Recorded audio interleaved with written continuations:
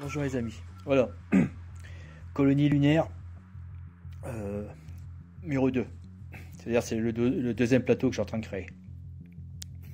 Alors là, je vais vous expliquer et m'expliquer à moi-même parce que plus tard je me rappellerai plus ce que j'ai fait. J'ai récupéré des... Non, c'est mon frère qui a récupéré des plaques qui viennent du célèbre fromage de la vache qui rit. J'ai voulu récupérer ça. C'était des petites publicités. Vous avez acheté le camembert et vous avez un truc qui flash dans le camembert. Voilà, bon. Mais je voulais récupérer pour la détection aéronautique. Donc pour l'astroport, pour que les vaisseaux, quand ils atterrissent, n'allent pas shooter la tour de contrôle. Donc ça m'a intéressé parce que le flash était très intéressant et je suis un passionné de la récupération et je suis assez triste quand tout va à la poubelle. Et donc j'ai regardé à la taille de la résistance. J'ai pris énormément d'expérience. Attendez, je vais mettre ça en deux.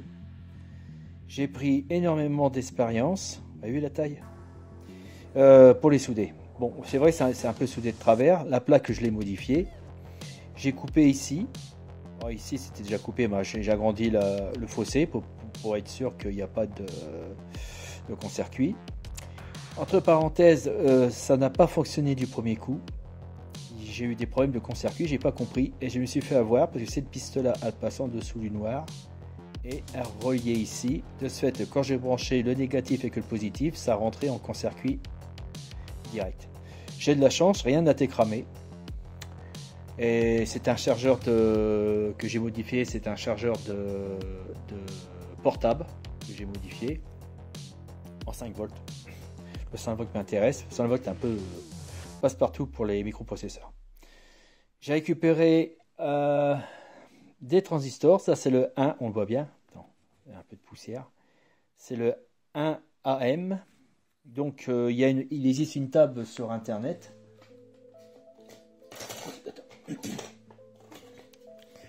donc c'est sur des téléphones que j'ai récupérés dans les bacs qui récupèrent l'électronique dans les galeries marchandes, discrètement j'en ai pris. Et j'ai pris, donc là je recycle et après tout ce que je n'ai pas besoin, je le remettrai dans le bac et puis dans le bac et puis bon, c'est la société, elle récupérera le reste. Mais de toute façon la société, j'ai vu à la télé, il est broie, hein. C'est broyé, il récupère les métaux. Moi je récupère les composants. C'est même un sacré gâchis qui broie tout. Enfin c'est comme ça, quoi. C'est pas au point le recyclage chez nous, même partout d'ailleurs, peut-être. Donc j'ai regardé sur une table sur internet, c'est bien un MPM, il tolère 200 mA, impeccable. Cette ampoule là, je l'ai retournée, c'était l'ampoule de la pub, et ça sera dessoudé et il alimentera 3 et 5 LED. 5 LED, j'ai une ampoule, c'est une LED. Ça y est, j'ai perdu. Attendez, c'est chiant ça. Voilà, les 5 LED des SMD. Donc je récupérerai ça. Donc j'ai modifié la plaque. Ici ça c'est pas une résistance, c'est une connexion. Simplement une connexion. Oh, j'ai mis ça, j'ai récupéré. Vous voyez, ça c'est la pointe oui, c'est la pointe de mon cure-dent. Vous voyez la taille est presque la même taille de 2 fois la pointe d'un cure-dent. Là, j'ai rajouté ici 100 kOhm. 100. Ah non, je l'ai chanté carrément. Non, c'est une cosse, enfin dire, c'est une résistance de 0 ohm pour chanter. Donc pour faire une connexion, j'arrête de dire le terme chanter, ça ne veut rien dire. Connexion directe. Là, je connecte l'ampoule sans passer par une résistance, là aussi. Pourquoi? Parce que j'estime que là, normalement, quoique, vu que j'ai mis une résistance ici de 10 ohms, 1, 0, 3, 0, ça fait 10 ohms. Et là, j'ai mis une résistance de 224, ça fait 220 kOhm. Alors, Ici, sur le transistor qui ressemble à qui est vraiment tout très très petit. Ça ressemble un peu à un T. Quoique, ouais, ça c'est là les transistors. Voilà. Voilà ici, voilà là. Très intéressant, c'est compact. Pareil, bon, bah, j'ai pris l'habitude de les souder. Au début, c'était galère. Pour les souder, pour les manipuler, il faut prendre un cure-dent en bois, pas de truc en métallique parce qu'il se colle facilement. Donc là, ici, c'est la commande. J'ai réservé la commande. La commande, j'ai mis 10 kg hein, pour isoler du microprocesseur par rapport au transistor. Ah oui, j'ai fait une bêtise. J'ai mis carrément, alors donc pour la commande, il faut mettre du positif pour que le transistor il fonctionne. C'est un MPM. Là, c'est la base. La base fonctionne quand il y a une polarité positive. Normalement, c'est de plus de 0,6 1 volt, suffisant, même 0,8 ça part. Donc, la bêtise, c'est que j'ai pas mis de résistance et j'ai branché le positif directement dessus et il a vraiment pas aimé. Il faut mettre une résistance entre deux. Hein. C'est un transistor, voilà. Quoi que je me demande, je réfléchis, c'est peut-être plutôt à cause de ça. Là, j'ai enlevé le bout de métal parce qu'il était déjà en court-circuit. C'est possible. Mais bon, il vaut mettre une résistance, pas mettre le positif directement à la base. Hein. Ça aime pas trop. Mettez 10 ohms. Souvent 10 ohms, ça fonctionne. Voire 55, 10 ohms. 10 kilo ohms, ça fonctionne. Ouais, c'est pas mal. 1 kg à 10 kg. Excusez-moi. Ici, de ce côté-là, c'est l'émetteur. Non. Attendez. C'est l'émetteur. Non. Ici, c'est le collecteur. Et là, c'est l'émetteur. Alors, souvent, l'émetteur, il est relié à la masse. Ok. Et entre deux, comme je vous ai dit, j'ai mis une résistance. Alors, ça fait, on peut dire que ça peut faire un comment ils appellent ça, une résistance diviseur de tension. Mais moi, c'est surtout pour être sûr que si je mets rien ici, que le transistor soit bien fermé. Parce que quand on met pas de résistance ici, puis s'il y a des parasites dans l'atmosphère, le transistor peut se mettre en route tout doucement, envoyer un peu de courant et puis envoyer le flash, quoi. Donc je veux pas qu'il y ait des choses bizarres se passent, des manifestations fantômes à cause de ça. Donc je mets ça, c'est surtout ça, hein, c'est pour éviter les parasites.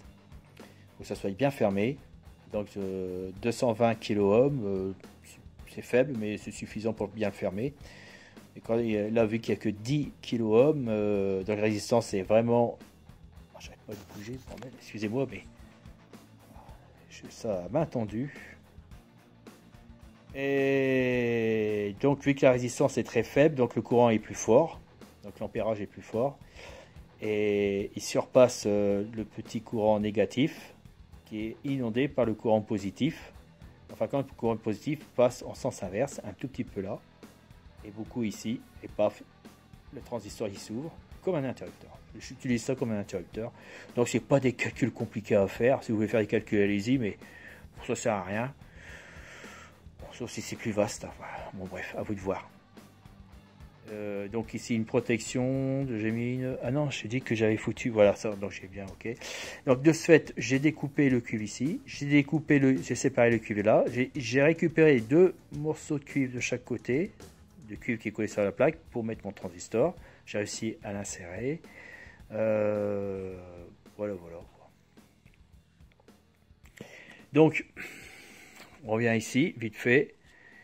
Ça, en fin de compte, ça là, c'est un interrupteur à transistor. Et là, c'est plus qu'un interrupteur, c'est plutôt un relais là, que je fais là. C'est à la fois un interrupteur et un relais. Et ça aussi, c'est un relais. C'est-à-dire que interrupteur, mais qui permet de soulager la consommation du microprocesseur. Hein, parce que le microprocesseur, il a le droit à mettre que 40 mA. Si vous lui demandez plus pour allumer tous les gadgets, le microprocesseur il crame. Voilà. Après, j'en avais plus. Ça m'est déjà arrivé, j'en ai cramé. Avant que je comprenne ce qui se passait. Donc c'est pareil, c'est le même truc ici. Donc la commande, elle se situe, alors que je recherche, la commande elle est ici, et la commande elle est là. Donc c'est deux petits fils que je dois mettre, c'est toujours des 10 kOhms. C'est les petits fils qui sont reliés au microprocesseur, donc la sortie des microprocesseurs, les Hunt, sortie digitale ou l'autre sortie analogique, c'est comme vous voulez. Quoi qu'analogique, vous pouvez régler l'intensité. Bon, bref. Donc là, j'ai réussi à récupérer des petits transistors, des petites résistances. J'essaie de les employer parce que bon, faut pas trop leur demander, mais vu que j'ai pas allumé des LED, c'est largement suffisant. Voilà, c'est un peu plus gros parce que j'avais que ça sous la main. Là, il y a une belle série. Là, il y en a 3. Et ça, ici, il en manque un. Ah, il est cassé, il faut que j'en remette un. Ici, c'est pour l'éclairage intérieur du bâtiment. Et ça, c'est l'éclairage extérieur. Et ça, je ne sais plus. Je crois que ça va servir pour la tour de contrôle. Parce qu'elle est un peu spéciale, elle va être à part. Donc, il me manque encore une série pour les signaux aéronautiques qui se situe là-haut, que je suis en train de façonner. Donc lui, il fonctionne. Donc imaginons que ce fil-là, voilà. Imaginons que ce fil-là, imaginons, mais c'est même très sûr que c'est comme ça que ça va se faire. C'est la sortie d'un microprocesseur. Donc c'est la commande du microprocesseur pour mettre en route le flash.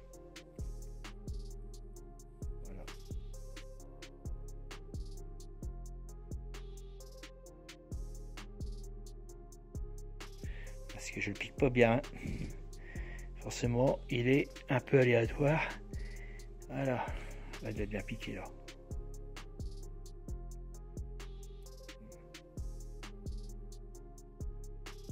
Voilà, je l'appuie très fort s'il y a des fonds contact. Voilà. Donc ça fonctionne. La commande elle sera sur la plaque. Je veux pas la mettre dessus parce que ça fait trop. Donc il y aura ici, il y aura forcément 4 fils. Un fil pour la commande, ça sera le jaune. Un négatif. Et le positif. Et l'autre fil qui est ici, ça sera pour commander les flashs. Donc c'est un peu ça quoi. C'est là qu'il y aura toutes les résistances. Donc, voilà. Alors cette plaque là, j'ai dit que je la mettrai derrière parce que là il n'y a rien du tout. Je fais passer les fils de cuivre à travers pour le passer dans les trous ici pour le relier. Ah, le problème, le souci est que il faut absolument que je ne dépasse pas trop parce que j'ai pas beaucoup de place pour le mettre. Sûrement je vais le mettre ici. Là, je vois, j'ai vraiment pas beaucoup de place. Hein. Si je le mets là, il va être voyant. Ça se fera en longueur.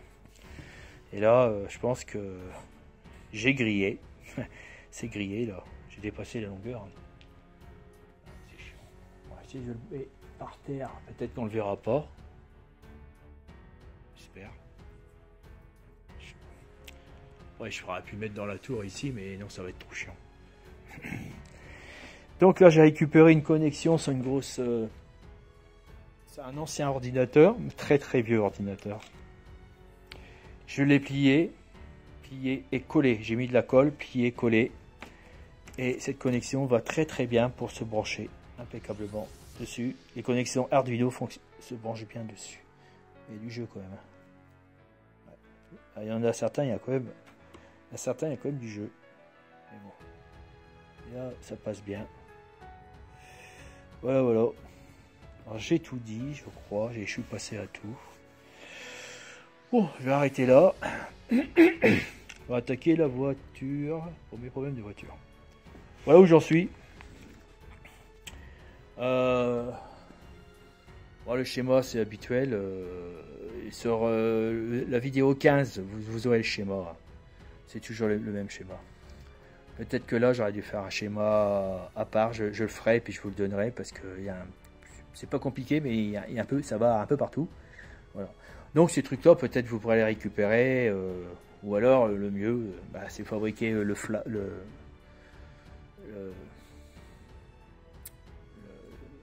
lumière signalétique, c'est ça, c'est signalétique, les balises, c'est des balises, voilà, c'est ça. Voilà. Bon allez, On va attaquer la mécanique. Bye bye les amis, et puis comme d'habitude, n'hésitez pas à me mettre un pouce. Et je vous donnerai le schéma à la prochaine vidéo.